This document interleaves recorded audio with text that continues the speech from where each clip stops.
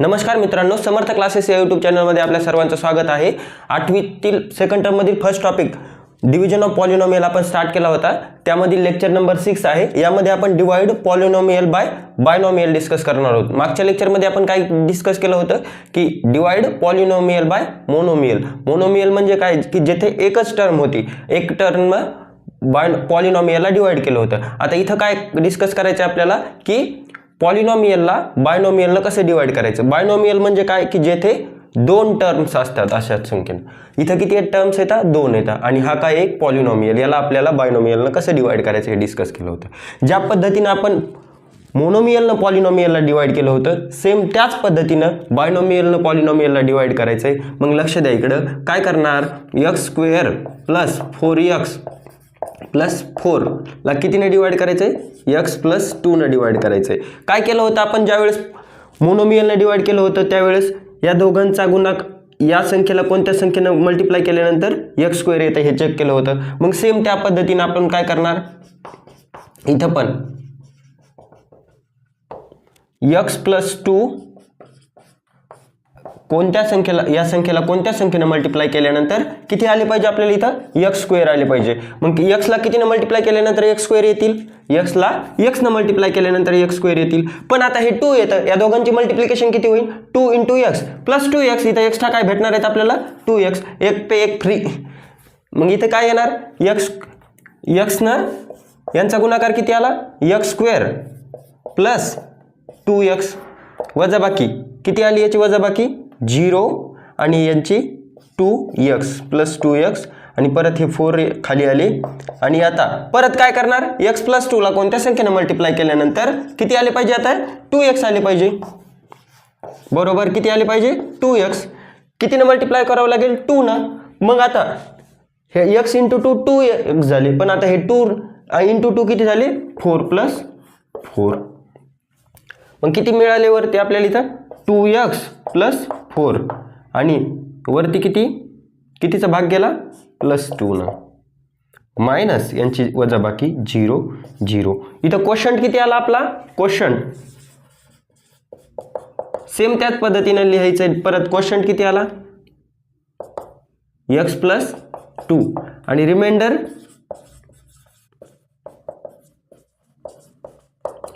0 0।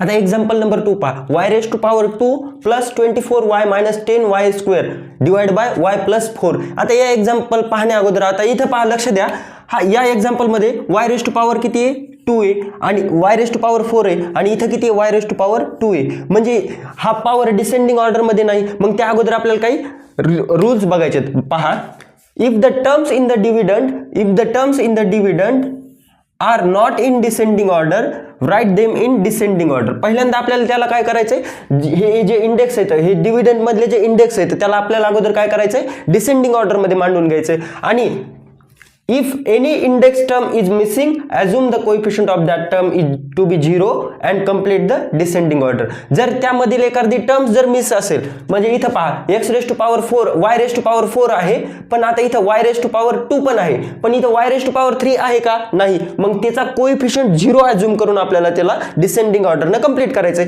मग आता पहा, याला कसं लिहिणार, मग आपण हा डिव्हिडंड आहे, हा डिव्हिडंड आहे।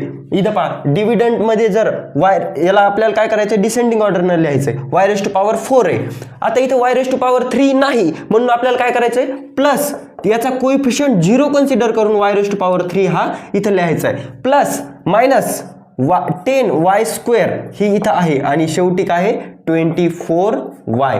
आपण काय केलं, याला हे जे डिव्हिडंड आहे याला डिसेंडिंग ऑर्डरने मांडलं। याला काय केलं आपण, डिसेंडिंग ऑर्डरने मांडलं। याचा जो इंडेक्स आहे हा काय केला, डिसेंडिंग ऑर्डरने मांडला। आणि त्यानंतर इथं y⁴ ही टर्म मिसिंग होती, ही टर्म इथं नव्हती, म्हणून आपण काय केलं, तिचा कोएफिशियंट काय केला, 0 कन्सिडर केला आणि तिला पण इथं मांडून घेतलं। आणि याला कोणत्या संख्येने डिवाइड करायचंय, y + 4 न। मग आपण ज्या पद्धतीने डिव्हिजन करतो त्या पद्धतीनेच आपण काय करणार, एक्सप्लेनेशन इकडे लिहितो, तिथे जागा नाही म्हणून एक्सप्लेनेशन।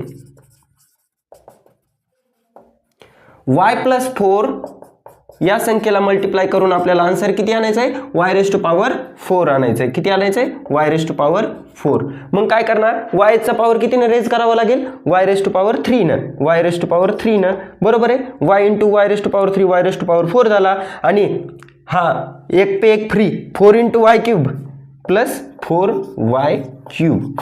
आता मग इथं वरती किती लिहिणार, y क्यूब, बरोबर आहे, y क्यूब. आणि यांचा गुणाकार किती आला, y रेज टू पॉवर 4 आणि plus y raise to power 3 plus y raise to power 3 4y raise to power sorry plus 4y raise to power 3, बरोबर आहे. आता यांची वजाबाकी, हे कॅन्सल झाले 0 आणि इथं वजाबाकीचं साइन, म्हणून इथं किती आले, -4y क्यूब. आता दुसऱ्या स्टेपमध्ये काय करणार, y प्लस 4 ला कोणत्या संख्येने मल्टिप्लाय केल्यानंतर इथं किती आले पाहिजे, -4y क्यूब आले पाहिजे, -4y क्यूब आले पाहिजे. मग इथं y येतं, y रेज टू पॉवर कितीनं रेज करावं लागेल, 2 न, आणि इथं 4 येतं, म्हणून इथं किती मल्टिप्लाय करावं लागेल, 4 न, -4 4 इंटू -4y क्यूब. आणि या दोघांचा गुणाकार किती येईल, 4 चौक 16 -16 आणि y स्क्वेअर -16y स्क्वेअर. मग वरती किती लिहिणार, -4y स्क्वेअर आणि यांची मल्टिप्लिकेशन किती आली, इथं. आता हे जे खाली आले परत पहा, -10y स्क्वेअर प्लस 24y, याला खाली लिहून घेतलं. यांचा गुणाकार किती आलाय, -4y क्यूब -16y स्क्वेअर. आता यांची वजाबाकी केल्यानंतर हे काय होतील, याचे साइन चेंज होतील, याचं पण साइन चेंज होईल.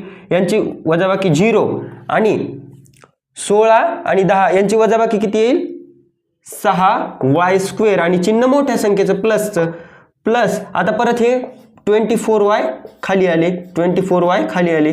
मग आता काय करणार, y प्लस 4 ला थर्ड स्टेपमध्ये काय, y प्लस 4 ला मल्टिप्लाय करून किती आन्सर आणायचं आहे आपल्याला, 6y स्क्वेअर आणायचं आहे. किती आणायचं आहे, 6y स्क्वेअर आणायचं, बरोबर आहे का. मग कोणत्या संख्येने मल्टिप्लाय करावं लागेल, 6 आणि इथं y स्क्वेअर आहे, तर म्हणलं इथं y ने मल्टिप्लाय करावं लागेल.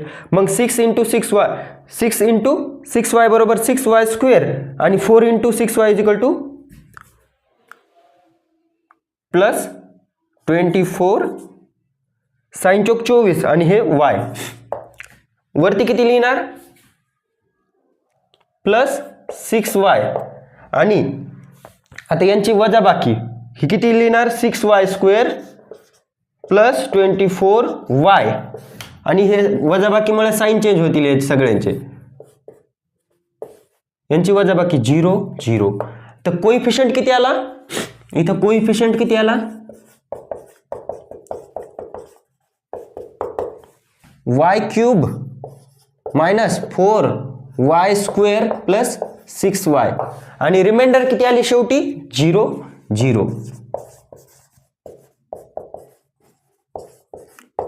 0 0.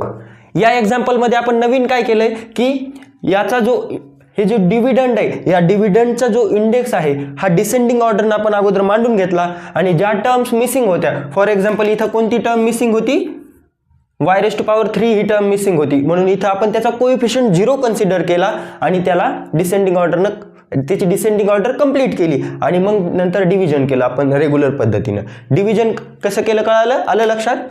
चला नेक्स्ट एक्झाम्पल बघूया आता. एक्झाम्पल नंबर 3 पहा, 6x raise to power 4 plus 3x square plus 5x cube plus 5x minus 9 divide by x square minus 1.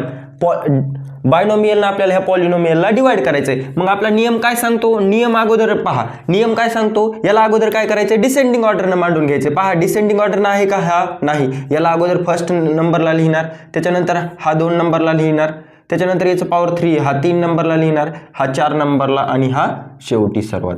अगोदर आपला नियम काय सांगतो, सुरुवातीला डिसेंडिंग ऑर्डरनं लिहा, जो डिव्हिडंड आहे त्याला डिसेंडिंग ऑर्डरनं लिहा. 6x raise to power 4 plus 2 नंबरला कोणती संख्या येणार मग ही संख्या येणार, कारण याचा पॉवर 3 आहे आणि याचा पॉवर 2 होता, म्हणून इथं काय आला 5x³ प्लस 3x² आणि 4 नंबरला कोणती आहे 5x - 9 divided by x² - 1 x² - 1. आपला नियम काय सांगतो, अगोदर डिव्हिडंडला डिसेंडिंग ऑर्डरनं लिहा आणि एखादी जर टर्म नसेल इथं तर तिचा कोएफिशियंट काय अज्यूम करा 0 अज्यूम करा आणि तिला कंप्लीट करा. पण इथं कोणती टर्म मिसिंग आहे का नाही, म्हणून आपल्याला इथं काही एक्स्ट्रा ऍड करायची गरज नाही पडली. आणि आता इथं याला अगोदर ही काय होती टर्म डिसेंडिंग ऑर्डरनं होती का नव्हती, म्हणून आपण हिला अगोदर काय केलं डिसेंडिंग ऑर्डरनं लिहून घेतलं. मग आता काय करणार, आपला नियम काय सांगतो या दोघांचं याला कोणत्या संख्येने मल्टिप्लाय केल्यानंतर हे आन्सर येतं हे चेक करायचं आपल्याला. तिनं एक्सप्लेनेशन काय पहिली x² - 1 into x² - 1 into which number is equals to 6x⁴. मग कोणत्या संख्येने मल्टिप्लाय केल्यानंतर 6x⁴ येईल. इथं कितीनं मल्टिप्लाय करावं लागेल 6 आणि x⁴ आहे कितीनं मल्टिप्लाय करावं लागेल x² नं.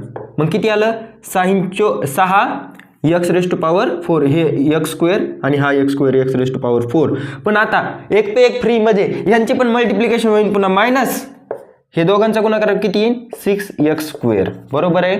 मग काय लिहिणार आपण वरती 6x² आणि मायनस आता ही संख्या 6x⁴ आणि मायनस हा 6x². x² ला x² खालीच मांडा, x² ला x² खालीच मांडा. इथं कुठे x² मायनस 6x². आता पूर्ण याची वजाबाकी करायची वजाबाकी. मग वजाबाकी केल्यानंतर याचे साइन चेंज होतील. बरोबर आहे. हे मायनस मायनस प्लस होतील.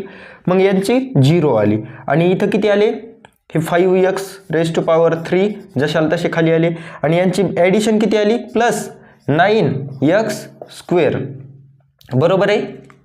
Plus 9x² plus 5x - 9. आता काय करणार x² - 1 ला 2 नंबर x² - 1 ला कोणत्या संख्येने मल्टिप्लाय केल्यानंतर काय आले पाहिजे आपले 5x³ आले पाहिजे 5x³ आले पाहिजे. एक एक एक एक इकडून कमी कमी करत जायचं. मग किती येणार इथं 5 आणि इथं x³ येतं कितीनं मल्टिप्लाय करावं लागेल x न 5x² इंटू 5 आणि x² इंटू x³ आणि ह्या आता परत ह्या दोघांची multiplication 5x - 1 is equal to -5x.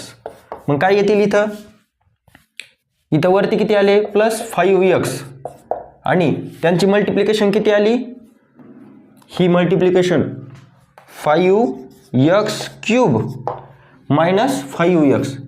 हे कुठं मांडायचे हे इथं मांडणार आपण -5x. वजाबाकी सर्वांची वजाबाकी केल्यानंतर साइन चेंज होणार याचे मायनस प्लस झालं हे 0 0 आणि परत 9x² आणि हे 5x plus 5x plus 10x minus 9.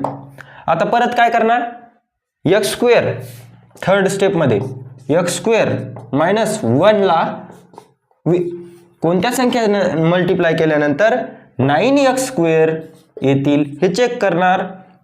मग कोणत्या संख्येने मल्टिप्लाय करावं लागेल 9 न, कारण काय इथं 9 न मल्टिप्लाय केल्यानंतर 9 × 9 9x², 9 × x² 9x² आणि हे दोघांची मल्टिप्लिकेशन -9 बरोबर -9. आता इथं किती आले मग +9 आणि खाली यांचं मल्टिप्लिकेशन किती आली 9x² आणि -9. इथं वजाबाकी केल्यानंतर सर्वांचे साइन चेंज झाले मायनस मायनस प्लस झाले हे कॅन्सल झाले 10x आणि यांची रिमाइंडर किती आली 9 दोन्ही हे मायनस आणि हे प्लस 0 झाले. इथं किती झाले 0 झाले आणि इथं पण किती झाले 0 झाले. आता पहा हे वजाबाकीमुळे प्लस मायनस वजाबाकी 0 झाली आणि हे 10x ला 10x राहिले. आता पहा इथं ही जी रिमाइंडर आली हिचा पॉवर किती आहे, इंडेक्स किती आहे 1 आहे, आणि हा जो डिवायझर आहे याचा इंडेक्स किती आहे 2 आहे, म्हणून आपण इथं डिव्हिजन स्टॉप करणार. मग इथं क्वोशंट किती आला, क्वोशंट